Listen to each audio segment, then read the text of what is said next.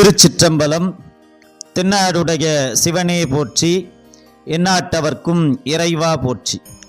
அனைத்து அடியார் பெருமக்களுக்கும் சிவனருட்பேரவை யூடியூப் சேனலின் வழியாக அடியேனின் அன்பு கலந்த வணக்கத்தை தெரிவித்து கொண்டு இன்றைக்கு திருவெம்பாவை 8வது பாடலை சிந்திக்க இருக்கின்றோம்.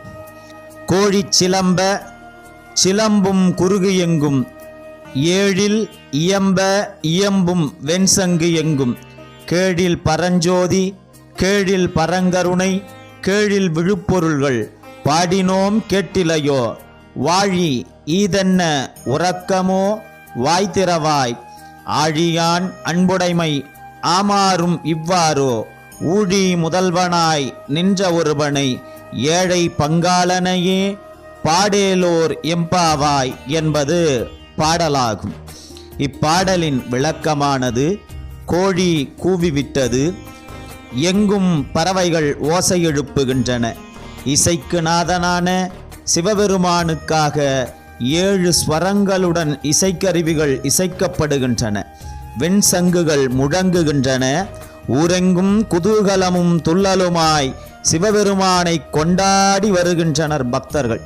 இந்த அற்புதமான வேளையில் உலகத்தின் இருள் நீங்குவதைப் போல நம் மாயைகள் யாவும் நீங்க பரஞ்சோதியாய் ஒளிவீசும் அண்ணாமலையானை பற்றி பாடுகின்றோம், பேசுகின்றோம், அவன் கருணையை எண்ணி துதிக்கின்றோம்.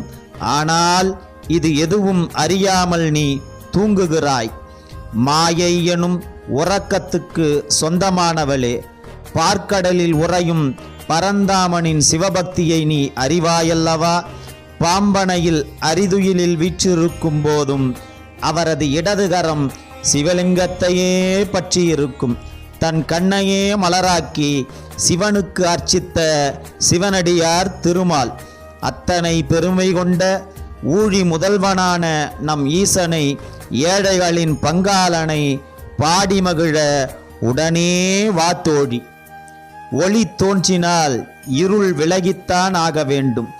யுகம் யுகமாக இருண்டு இருந்தாலும் ஒளிக்கு முன்னால் இருள் எம்மி அளவு கூட நீடித்து இருக்க முடியாது. ஆன்மாவானது பிறவிதோறும் இருளில் மூழ்கி கிடக்கிறது.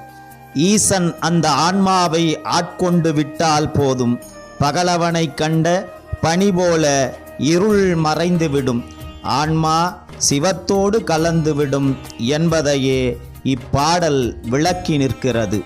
திருச்சிற்றம்பலம்.